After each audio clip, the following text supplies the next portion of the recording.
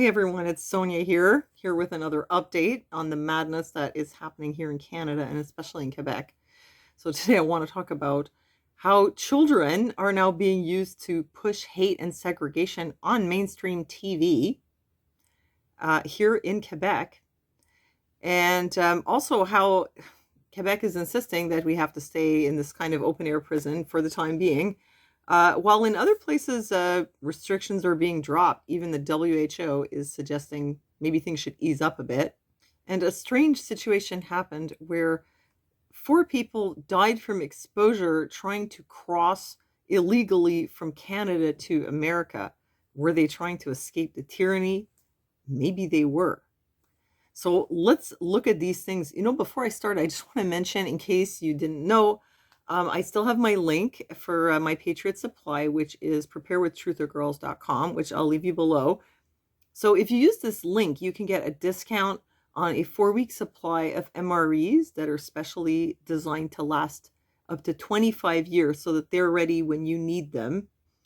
It is kind of late in the game, but it's not too late. So if you're interested in getting some MREs and a discount, please check out the link below. So let's look at this video from Quebec. There's this show called La Semaine des 4 Juillet. Now, I don't know what it is because I don't have a TV. I don't watch TV. But it's some kind of mainstream French-Canadian sort of talk show.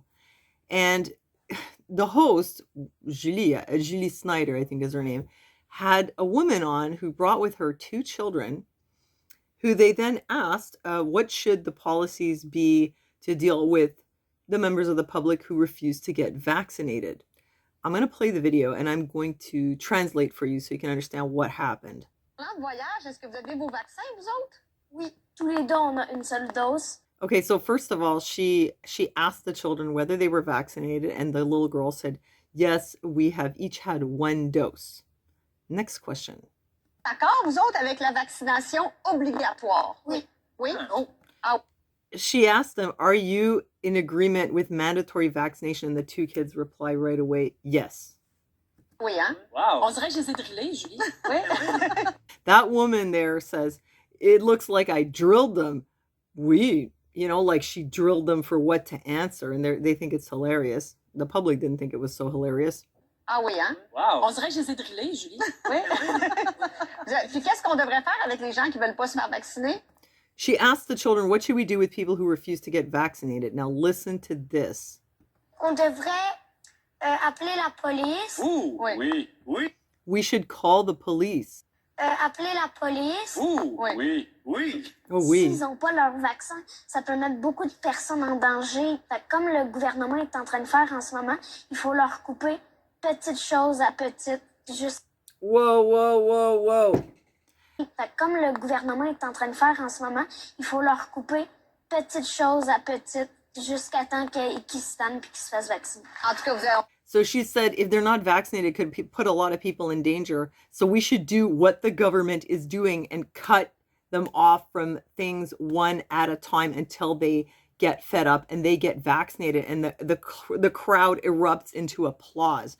Let's just see that one more time. Unbelievable. Oui.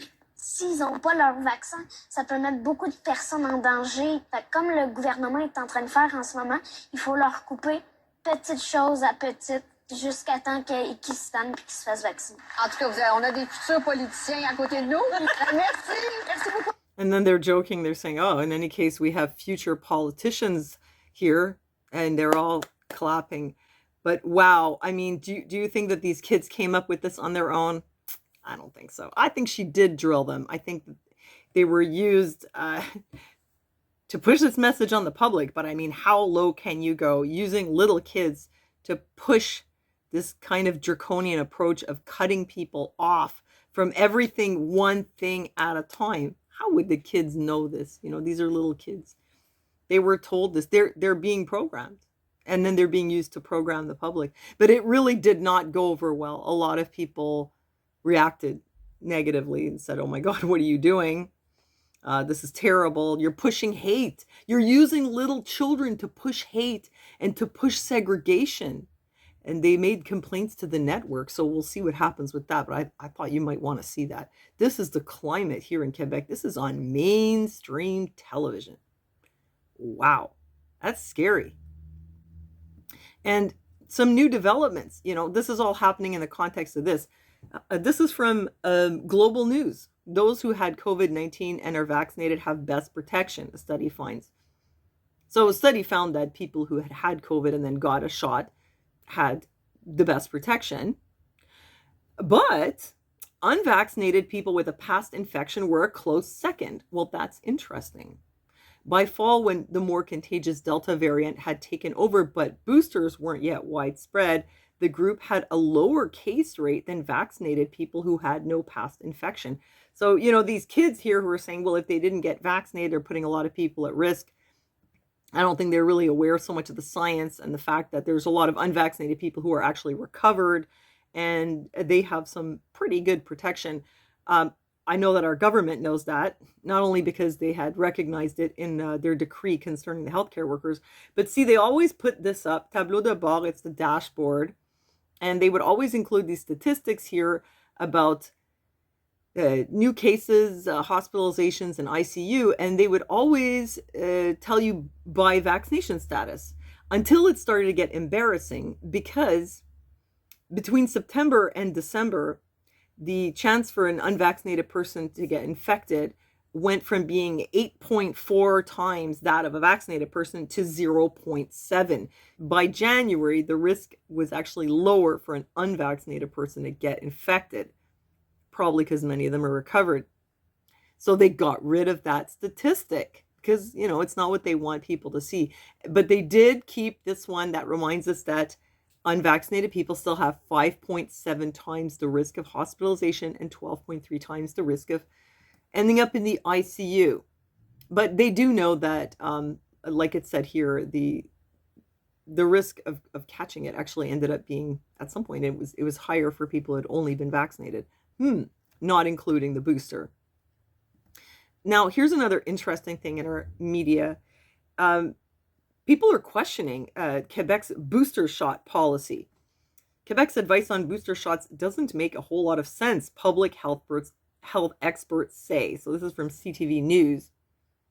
So I'll try to sum it up for you. So what it was that Quebec's health ministry had previously recommended that people wait 3 months after getting infected before they get a vaccine, at least 2 months, preferably 3 months. But all of a sudden, just recently, they decided to change that advice and tell people that those who have just recovered from COVID should get a third dose of the vaccine as soon as possible. So these are people who are already vaccinated, who had 2 doses. Now, they caught COVID like everybody else in this wave, and now the government's telling them they should go get their third dose as soon as possible, actually as soon as their symptoms have subsided. So why would this be? Well, according to the province, it is because of the lack of testing capacity in recent weeks. So I just want to point out, we had so many cases that it was really flooding the testing centers. So what our government did to solve this problem was to just make it impossible for people to get tested. You couldn't walk in, you couldn't book an appointment online unless you were a healthcare worker or someone who was in one of some special groups like the immune compromised. So because then no one could get tested and so many people got sick with something, it was really impossible to know who had what. So they decided that rather than risk that people who didn't have COVID don't get their booster, they would recommend that everybody get their booster, even if maybe they had COVID. The idea of getting a booster after you had an infection that's a true COVID infection doesn't make a whole lot of sense, said Jamie Scott, a molecular immunologist and professor emeritus at Simon Fraser University. And this is something that's been coming up quite a bit, that our government doesn't seem to really be following the advice of the, the real health regulatory bodies. Scott, whose research focuses on antibody responses to vaccination and natural infection, said someone infected with the novel coronavirus has a pretty darn huge immune response. Really interesting, because I read in the French papers that people who had the vaccine have a better response than people who had the disease. But this molecular immunologist said that they have actually a pretty darn huge immune response. and that the antibodies in that person would even be far greater than that provided from a third dose based on the scientific literature she has reviewed. Wait, excuse me. Am I saying that correctly? The antibodies in that person would be even far greater than that provided from a third dose based on scientific literature she has reviewed? Really?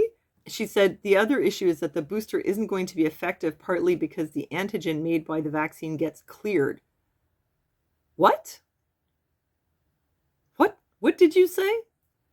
What is she saying? That if you're just mounting an immune response to COVID, it's going to clear the effect of the vaccine? I'm not a scientist, so I don't understand this. Maybe you can help me out by leaving me a comment. And the other part of it is that since you had your infection, you're developing what are called memory cells. So you're expanding that cell population that was initiated by the vaccine. It got expanded by your infection, and that expansion is still happening. And it does take a couple of months for that expansion for those cells to be fully developed. So waiting 2 to 3 months is still recommended by the INSPQ and the CIQ. Donald Vinn, an infectious disease specialist at McGill, said the province should be clear about its advice to the public. Both Vinn and Scott agree that booster shots are crucial, but say it doesn't make much sense to rush out and get a booster after symptoms have cleared from a confirmed COVID-19 infection. If you've been infected, whether or not you were hospitalized, the benefit of that third dose at that point has sort of passed. The horse is already out of the barn. This is what Dr. Vinn says. So for a directive to say if you had a recent infection, once your symptoms are over, go get your booster dose, I think that lacks a little bit of the intellectual thought process here. Well, our premier and our health minister are both accountants, not doctors, so maybe that has something to do with it. Any case, I thought you might find that interesting. There's this conflict kind of between the medical community and the actual government.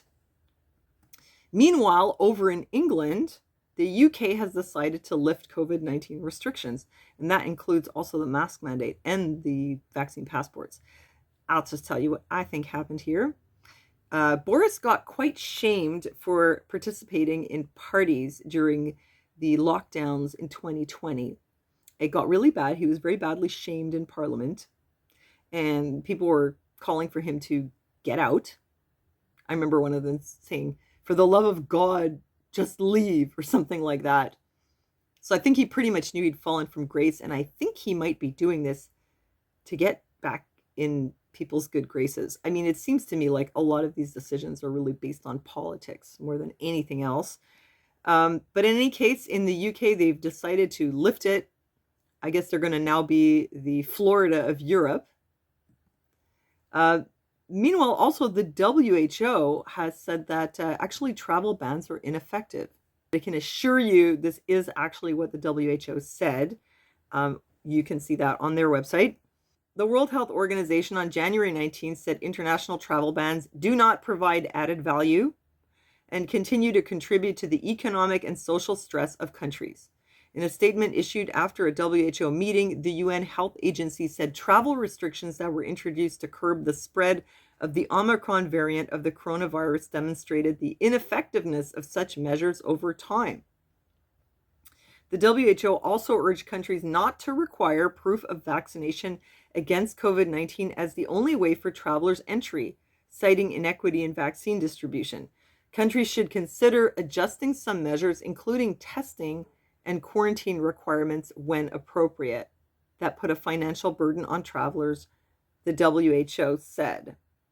So yeah, I mean, that's the WHO. YouTube, you shouldn't have a problem with that, right? I mean, I know it's in your guidelines, not to contradict them. Is it okay if I quote them? So regardless of what's going on in the UK and what the WHO says, the Quebec Premier, François Legault, says it's too risky to relax COVID-19 measures despite the drop in hospitalizations. Now, I always listen to these press briefings that he does, mêlée de presse. I do always listen to them. Sometimes it's kind of hard to, but in this case, it was impossible because This was probably the worst press conference he's ever had. I mean, he is a politician, and politicians are famous for talking a lot and saying nothing, making a lot of statements that don't really add up to anything conclusive, right? But in this case, it was just a lot of blah, blah. He like literally didn't say anything. He didn't explain his decisions. He didn't give any justifications or any scientific. He just said, well, there's a drop in hospitalizations, but we can't relax the measures. Let me guess, on va vous demander de faire un petit effort. We're going to ask you to make a little effort. So yeah, they didn't really explain too much. But the bottom line is that they're not making any promises about things reopening. They're not giving any kind of dates, and they're not easing up. And at this point, actually, the businesses are really sick of it. The restaurants are going to have a thing on January 30th where some of them are going to open fully, regardless of restrictions, and including to unvaccinated patrons. There's also a bakery that has decided to go ahead and open up now, regardless of the closure. So there are some that are just saying, nope, we're not doing this anymore. Here's some good news, maybe a positive opinion from Éric Duhem. He is the head of the Conservative Party here in Quebec. He's saying that Legault is bluffing regarding the penalties on unvaccinated people, specifically this business about a kind of vaccine tax. That is definitely not settled yet. And is this financial contribution that would be imposed on unvaccinated people. Éric Duhem says that he thinks it's a bluff, and that it wouldn't be able to go through any more than kicking out all the unvaccinated healthcare workers. So we'll see how that turns out. And one last thing, this was a very strange, sad story. Now, I don't know if it has anything to do with the current climate in Canada. I mean, obviously it has something to do with the actual climate, but I meant the political climate. Man arrested after 4 people, including baby, found frozen to death near Manitoba-U.S. border. So a 47-year-old man from Florida was charged with human smuggling. So he had a family of 4 that he was smuggling into America. He was bringing a bunch of people over, and 4 of them died. They were all Indian, and they were trying to sneak across the border, and for some reason they ended up out there in the snow, and they just died of exposure. So I mean, they could have had some reason for trying to sneak across the border that was totally unrelated to the pandemic, or it could have been that they just realized like Canada is really a bad place to be right now, and they were so desperate that they tried to sneak across. In any case, as far as I know, this is a first. I have never heard of someone trying to sneak into America in the middle of winter. I've heard of Americans or people coming from America trying to sneak into Canada, like the Haitians a few years ago when the U.S. was threatening to kick out all the Haitian refugees. And a lot of them went over the border, and I know that a lot of them suffered from exposure and frostbite. I've never heard of people doing it the other way around, but I wouldn't be surprised if more people do this going forward because of what's happening here. They're just absolutely not easing up. So the trucking protest that I told you about in the last video, it has started to get underway. They're doing a slow roll. There's an enormous amount of support. Close to $500,000 has been raised in funding for them. And I guess a lot of people know that, yes, this is going to definitely totally screw up the supply chain, but they really support the protest that the truckers are doing. So they're just preparing and supporting the truckers. And I'm going to let you know how that goes, because today, as I record this, it's the 20th of January. And so this, in the next few days, we should see this. Me, I've been buying food like I have some kind of a hoarding problem, because I'm worried that this might really be long haul. And like I said in my last video, no matter what you do to prepare, it's probably never going to be enough. But I've been doing my best to make sure that I have breakfast, lunch, and dinner for everybody. Got 3 people here, right? You know, at least for like a couple months, 2 or 3 months, and we'll see how it goes. I'll definitely keep you posted. But in any case, for now, that's it. And I'll leave you the link to the scandalous video of La Semaine des 4 Juillet, where they're using children to push this political propaganda of hate and segregation. Quite outrageous. So anyway, that's it. Thank you for joining me in the chat. And don't forget to check out the link below for the MREs. And thanks for listening to me, and I'll see you next time.